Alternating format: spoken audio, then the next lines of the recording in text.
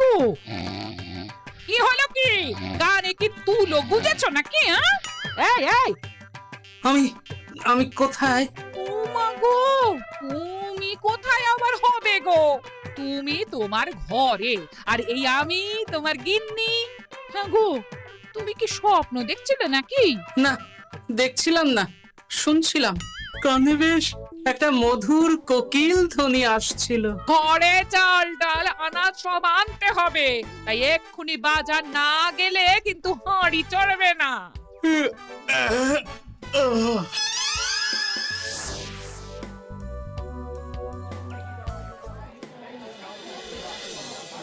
এ কি, মুদির দোকানে মড়ক লেগেছে নাকি?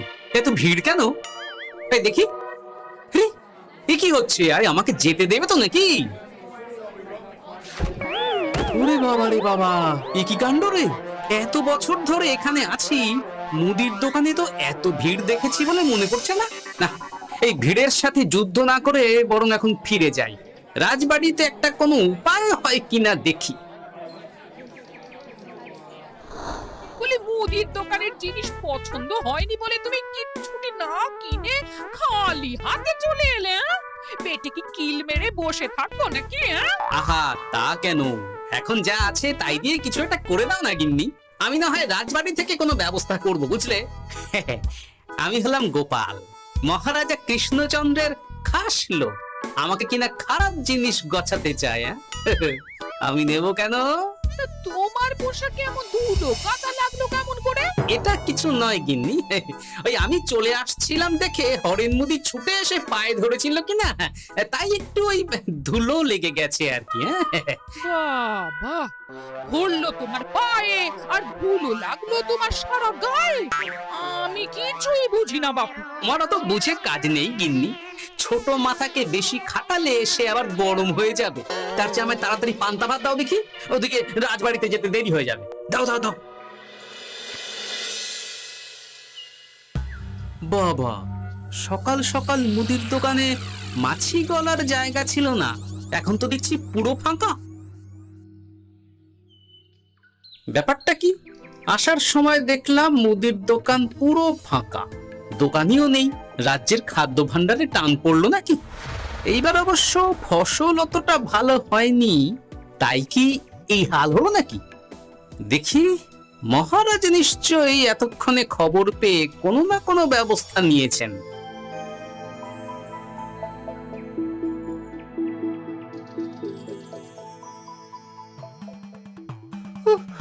আমি যদি উড়ে যাই, দয়া করে ধরে ফেলুন। না হলে আমাকে নিয়ে উড়ে যাবে এই মজার বেলুন। খাসা খাসা, সত্যি বিজ্ঞানী, তোমার এই আবিষ্কার অতি মনোরম, দেখলেই মন ভালো হয়ে যায়। তা যা বলেছেন মহারাজ। এই অদ্ভুত উড়ন্ত বেলুন দিয়ে এখন থেকে বার্তা এ রাজ্য থেকে অন্য রাজ্যে পাঠানো যাবে, দূতের কাজ কমবে।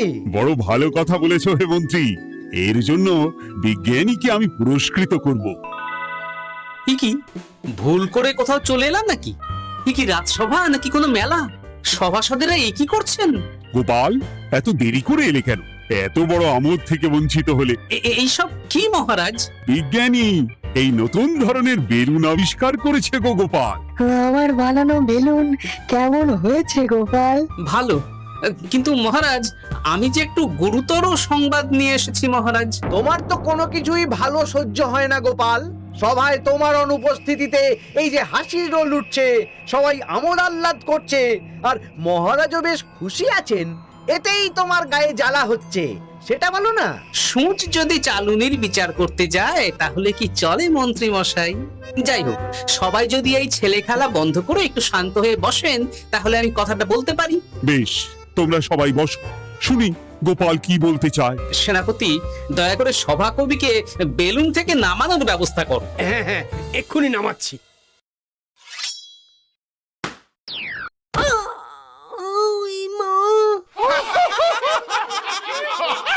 থামো থামো থামো, এবার গোপাল কি বলতে চাইছিলে বলো। মহারাজ, সকালবেলায় আমি বাজারে গিয়ে দেখি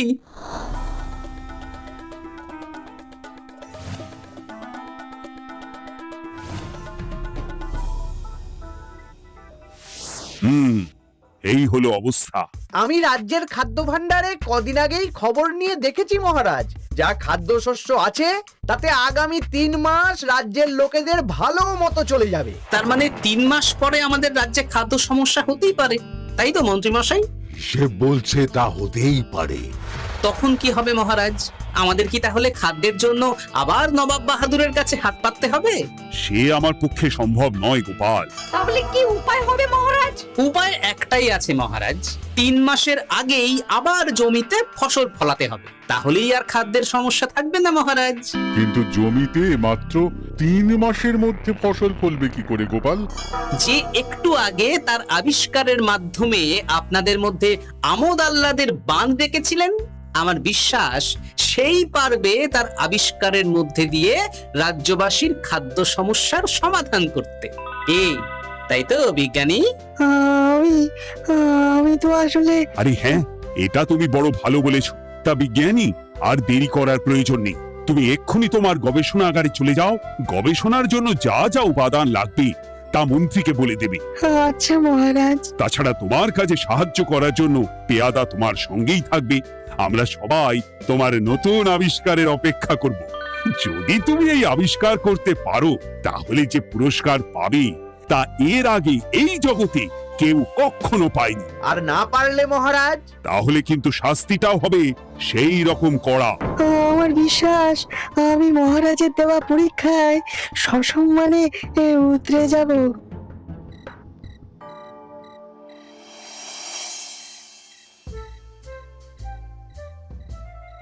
কি গো, কি হলো কি তোমার? এত রাতে এখনো জেগে আছো যে বড়? জেগে আছে কি আর সাধে গিন্নি? বিজ্ঞানীর জন্য বড় চিন্তা হচ্ছে বুঝলে। তুমি তো জানো রাজসভায় যে কজন আমার ভালো চায় তাদের মধ্যে বিজ্ঞানী একজন। তাই ভাবছি, তা কি ভাবছো শুনি? এই যে নতুন আবিষ্কারের কথা পেড়ে আমি আবার বিজ্ঞানীকে বিপদে ফেলে দিলাম না তো।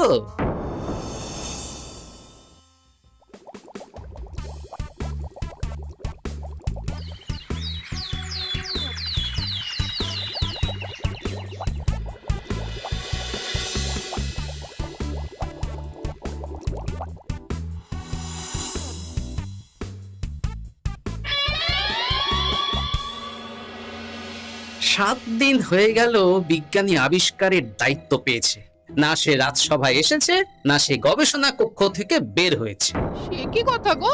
তাহলে আর বলছি কি গিন্নি, এমনকি কাজের জন্য রাজসভা থেকে 2-3 জন পেয়াদা দেওয়া হয়েছে তার সাথে। তাদেরকে সে কিছু করতেও বলেনি, তারা ঠায় বাইরে বসেই আছে। ও মা গো, আর খাওয়া না, কিছুই নাকি করেনি। এ তুমি কি বলছো গো? বলছি বিজ্ঞানী সুস্থ আছেন তো নাকি? পরীক্ষা নিরীক্ষা করতে করতে আবার তার কিছু হয়ে যায়নি তো? সেটাই তো ভাবছি গিন্নি, বেচারিকে বিপদে ফেলে দিলাম না তো। না, কাল সকালে একবার গিয়ে দেখতে হবে বিজ্ঞানীর ঠিক কি হলো।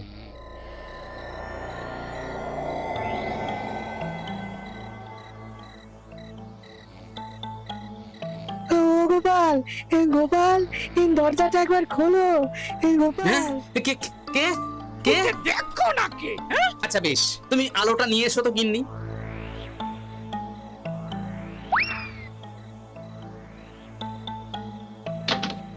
ওরে বাবারে, ভূত ভূত ভূত! গোপাল, ইনি শিগগিরই আলোটা সামনে আনো। এ কি কাণ্ড! বিজ্ঞানী, বিজ্ঞানী, ও বিজ্ঞানী, একটু জল আনো তো গিন্নি।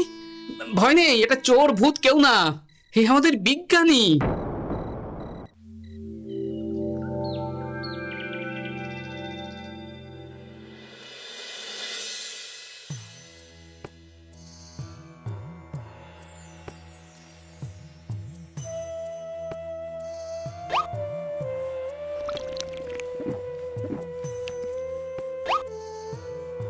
এইবার একটু সুস্থ বোধ করছো তো বিজ্ঞানী? হ্যাঁ, অনেক ধন্যবাদ। আসলে গবেষণা করতে গিয়ে দিন রাতের খেয়ালই ছিল না, খাওয়া হয়নি। 7 দিন ধরে গবেষণা করছো মানছি, তাই বলে এরকম না খেয়ে থাকবে? দেখলে তো কেমন ভিড় খেয়ে পড়লে। রাতের বেলায় গবেষণা কক্ষে বিস্ফোরণ ঘটে। এই যাত্রায় মনে হয় আমার প্রাণ রক্ষা হলো না, আমার গবেষণা বিফলে গেছে। আহা, এত সহজে হাল ছেড়ে দিলে কি চলে? আমার ঠাকুরদা একটা কথা বলতেন জানো, যদি করো গোড়ায় গলদ, কেঁদে কুল পাবে না বলদ। এ কথার অর্থ কি গোপাল? আমি যে সবটা বুঝি তা নয় বিজ্ঞানী, তবে যেটুকু বুঝি তার মানে হলো, গোড়ায় গলদ করলে বলদ অনেক খাটলেও ফল পাবে না, ফলে তাকে কাঁদতে হবে। আমার মনে হচ্ছে তুমি গোড়ায় গলদ করে ফেলেছো। সেটা তো আমারও মনে হচ্ছে গোপাল, কিন্তু এখন তাহলে উপায়? মহারাজ যদি আমার ঘরটা নেন তাহলে? না না, ঘাবড়িও না বিজ্ঞানী, আমি তো আছি। দেখো, আমি তো তোমার মতো শিক্ষিত নই বিজ্ঞানী। রসায়ন, ভৌত বিজ্ঞানে আমি পুরো অজ্ঞান, এমনকি প্রকৃতি বিজ্ঞানও আমার পড়া হয়নি। তবে প্রকৃতির মধ্যে যে বিদ্যা লুকিয়ে আছে তা আমি জেনেছি। আমার মনে হয় তোমারও ওই প্রকৃতির বিজ্ঞানের দিকে এবার নজর দেওয়া উচিত। কিন্তু কিভাবে শুরু করব গোপাল? আচ্ছা বেশ, চলো আমার সঙ্গে।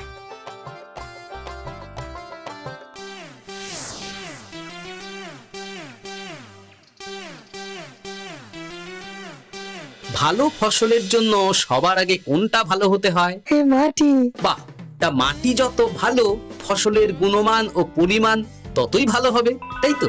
মাটি ভালো করতে হলে কি করতে হবে বিজ্ঞানী? কি গোপাল? এই যে গাছগুলো দেখছো, এগুলো আমাদের ছোটবেলার সময়ের গাছ। এখানে আগে গরু চড়তো, তারাই গোবর দান করে যেত মাটিতে, আর বাচ্চারা খেলতে এসে ফল খেয়ে তার বীজ ফেলে যেত। সেই থেকে চারা গাছ হয়েছে, আর সেই চারা থেকে বড় গাছ হয়েছে। বাহ, আমি তো এই দিকটাই ভাবিনি। এই গোবর তো অতি উত্তম বস্তু চাষের মাটির জন্য। তোমায় যে কি বলে ধন্যবাদ দেবো আমি জানি না গোপাল, তুমি আমার চোখ খুলে দিয়েছো। গোড়ায় যে ঠিক করে, সফল সে বারে বারে।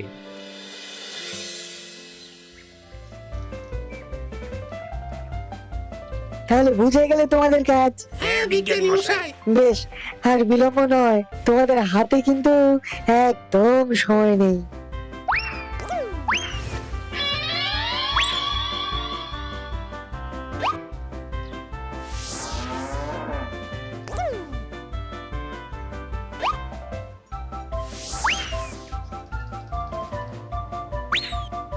যা বাবা, গোবর কোথায় গেল?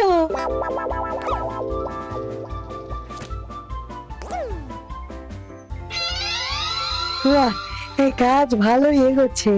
তোমার জুড়ি মেলা ভার গোপাল, তুমি যা বুদ্ধি দিলে।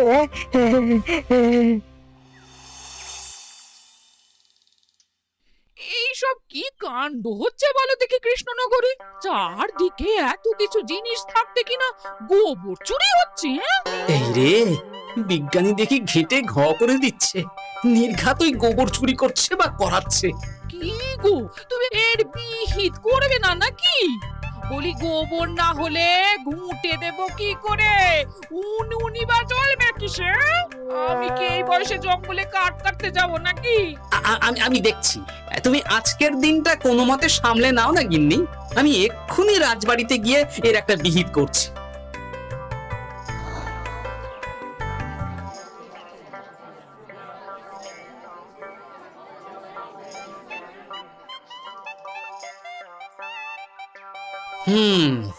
গোবর চুরির ব্যাপারটা বড় গুরুতর আকার নিয়েছে দেখছি। দ্রুত এর বিহিত না করলে জল না, মানে গোবর মাথা ছাড়িয়ে যাবে। গোবর চুরি হচ্ছে। এর একটা বিচার চাই। রাত দুপুরে গোবর চুরি। হ্যাঁ? ইয়ার কি হচ্ছে? এই অন্যায় মেনে নিতে পারছি না, পারবো না, পারছি না, পারবো না। শুধু মাথাই ছাড়ায়নি মহারাজ, বিজ্ঞানী রাজ্যের সব গোবর চুরি করে এমন বড় একটা স্তূপ বানিয়েছে, চাইলে সেই স্তূপ মনে হয় সেই মুর্শিদাবাদের নবাব বাহাদুরও দেখে ফেলবেন। সে কি কাণ্ড! শুধু কাণ্ড নয়, এ যে প্রকাণ্ড। বিজ্ঞানী বিজ্ঞানী করেছে রাজ্যকে একেবারে লন্ডভন্ড। বাহ, বেশ অনেক গোবর জমেছে। এইবার আমার পরীক্ষার কাজ শুরু করতে হবে। আর এইভাবে সারা রাজ্যের কোনো লোক গোবর পাচ্ছে না মহারাজ, ফলে কেউ ঘুঁটে দিতে পারছে না। জ্বালানির অভাবে রাজ্যের ঘরে ঘরে অরন্ধন শুরু হয়েছে মহারাজ। প্রজারা রাজসভার সামনে বসে বিক্ষোভ দেখাচ্ছে। এ তো সত্যি বিশৃঙ্খল অবস্থা মহারাজ। খাদ্যাভাব মেটাতে গিয়ে বিজ্ঞানী তো দেখছি সেই খাদ্যের সংকটের সামনেই ফেলে দিয়েছেন রাজ্যবাসীকে। এক্ষুনি ডাকো বিজ্ঞানীকে, আজই আমি ওর গর্দান নেব। এত বড় সাহস! মার্জনা করবেন মহারাজ। এত দ্রুত কোনো সিদ্ধান্তে উপনীত না হলেই ভালো। হ্যাঁ, সে তো তুমি বলবেই। তোমার বড় প্রিয় মানুষ তো ওই বিজ্ঞানী, তুমি তো তার দিকে ঝোল টেনে কথা বলবেই। না মন্ত্রী মশাই, মহারাজের আশীর্বাদে আমার ঘরে দুমুঠো ভাত ডাল আর একটু মাছের ঝোলের অভাব নেই, তাই আমার কারো পাত থেকে ঝোল টেনে খেতে হয় না। আহা, এ কি গন্ডগোল!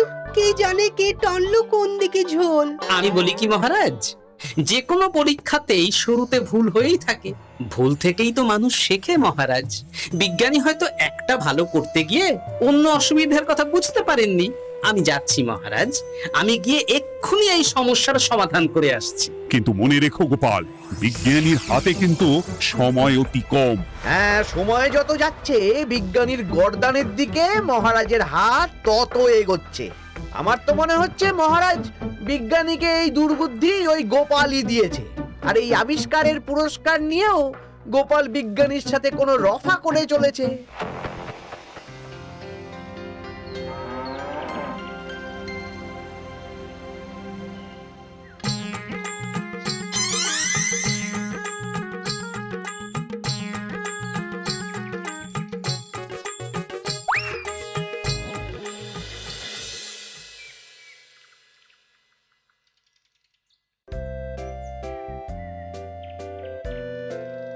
যাক, তাহলে রাজ্যের গোবর চুরির সমস্যা মিটলো, কি বলেন? তা মিটেছে রানী, কিন্তু এটা আমি বুঝতে পারছি না বিজ্ঞানী আসল কাজটা করতে পারবে কিনা।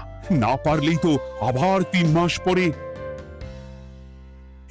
কি সকাল বেলায় এই কটু গন্ধে রাজবাড়ি ভরে উঠেছে কেন? কি হলো? ইস, এত বিশ্রী গন্ধ কোথা থেকে আসছে মহারাজ? এ তো মনে হচ্ছে প্রহরী, এক্ষুনি বিজ্ঞানীর বাড়ি গিয়ে তাকে ডেকে আনো।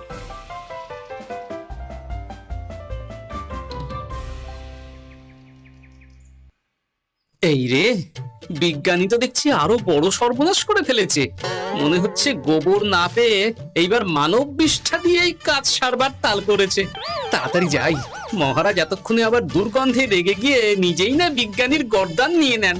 না, সর্বনাশ ঘটার আগেই বিজ্ঞানীকে আটকাতে হবে। তুমি ঠিকই বলেছ গোপাল, সকালবেলাতেই মহারাজ আমাকে ডাকার জন্য পেয়াদা পাঠিয়েছেন। আমি যাইনি, কেন কিছু আন্দাজ করতে পারো? না, এই এত গন্ধে আমার আন্দাজও ভোতা হয়ে গেছে বিজ্ঞানী। তবে যতই হোক, ওই গোপালের বুদ্ধি তো একেবারে শূন্য হবে না। আর তাই বলছি, এক্ষুনি এইসব আবর্জনা বিদায় করো, তারপর আমার সাথে চলো, আমি উপায় বলে দিচ্ছি। একটা কথা ভাবছিলাম বিজ্ঞানী, আমাদের বাড়ির পিছন দিকে কয়েক মাস ধরেই আমার গিন্নি ওই ফলের খোসা, তরকারির খোসা, ফলের বীজ ফেলে। ওদিকটা অনেকদিন যাই না, বুঝলে। গতকাল একটা কাজে সেখানে গিয়ে দেখলাম যে দিব্যি বেশ খাসা দেখতে 2-4টে বেগুন আর লঙ্কার গাছ হয়েছে। মানে ওই তরকারির খোসাই জমিকে সার দান করেছে। গোপাল, বাহ, তুমি সত্যিই আমার সুজন, আমার বন্ধু। আমি এতদিনে বুঝতে পেরেছি আমার ঠিক কোথায় গলদ হচ্ছিল। আমি পেয়ে গেছি আমার নতুন আবিষ্কারের সঠিক রাস্তা। আমি পেয়ে গেছি গোপাল।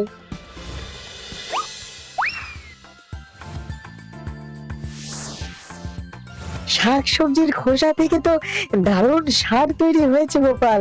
সাথে আমি আবিষ্কার করেছি কেঁচোর দল মাটিতে যে বায়ুর যোগান দেয় তা কিভাবে আরো বেশি করে মাটির মধ্যে প্রবেশ করানো যায়। বাহ বাহ বাহ বাহ, এই যে শোনায় সোহাগা বিজ্ঞানী।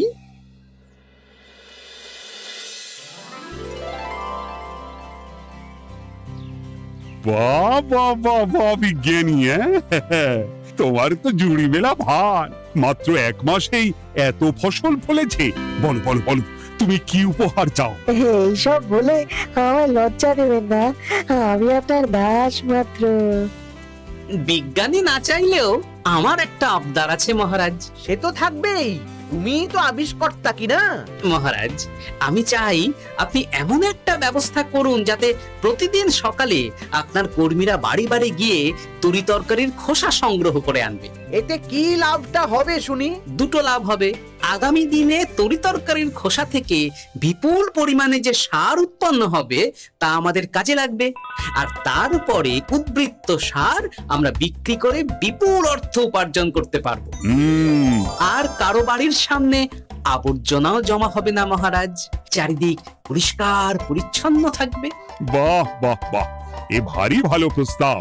আমি এক্ষুনি এই প্রস্তাবে সম্মতি জানিয়ে ফরমান জারি করছি গোপাল। আর শুধু বিজ্ঞানী নয়, তোমার জন্য পুরস্কার ঘোষণা করছি। সবই আপনার দয়া মহারাজ।